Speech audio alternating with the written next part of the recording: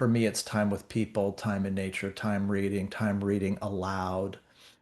And and we're sort of under a spell with these phones and technology, and I think we sort of need to break the spell then for it to come into clear-eyed focus, this balance. And so I would just encourage anyone to, do a retreat, take a digital holiday, read Brainwashed by the Perlmutters, become more familiar with Michael's work, whatever it takes to start to take those steps to have it come into clear focus. The dark side of this, I think it feels like waking up to set those boundaries and to come to it in a state of more enlightened relationship with these things.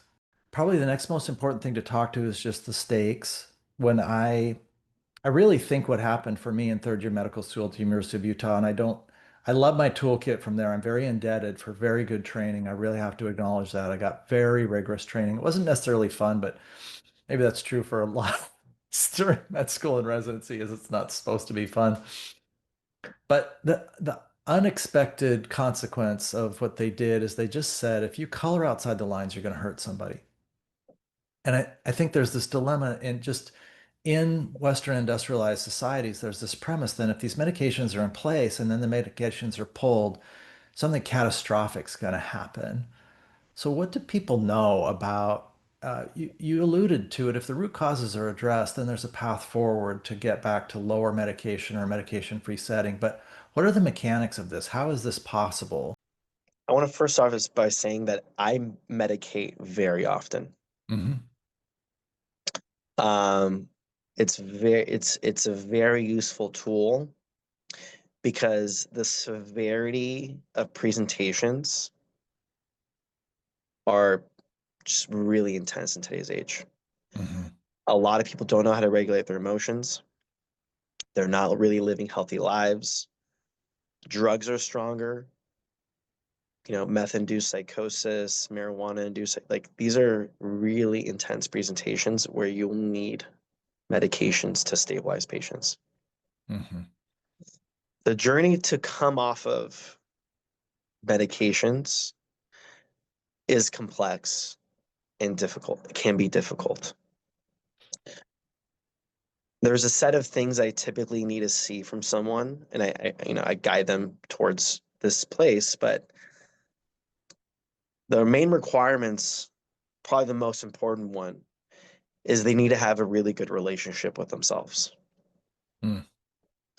The way that they narrate their life is very important. So if they have a very negative lens in terms of you know, if they often say like, I'm not worthy, I'm stupid, I have no value, high risk for relapse Hmm. as they're tapering off. Good emotional regulation skills, getting adequate sleep, eating well, exercise, and having a community. That's Yeah. probably the hardest one. That's kind of like in today's age, that's really hard to do.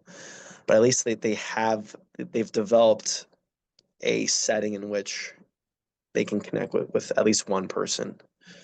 Um, that one again is a little bit hard to do, but those are kind of the main things I look at to see if someone's ready to uh, come off of medication slowly.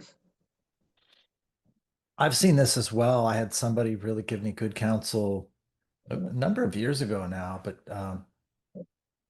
just that these tapers just go so much better done very, very slowly. It's just a nicer thing to do to the brain. It's a nicer thing to do to the physiology. It creates circumstances where the most complex organ in our body can take up the slack slowly rather than being destabilized by a therapeutic shift. Yeah.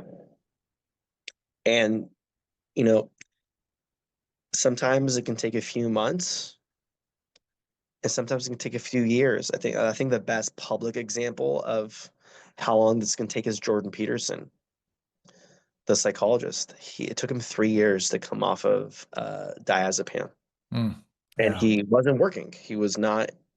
He took a break from being in the public space, but it can take that Hmm. long. Hmm. Yeah, I certainly should flag that as well, that that's one I really give just the utmost seriousness to. Well, because the benzodiazepines, Valium, Ativan, Klonopin, et cetera, are so powerful. Uh, I'm very, I set a very high bar to prescribe them, and I really counsel people carefully. It also goes back to something you said at the beginning, because what I flashed on when you were talking about these phones is that if somebody has ever taken a benzodiazepine for anxiety, then L-theanine or meditation pales by comparison.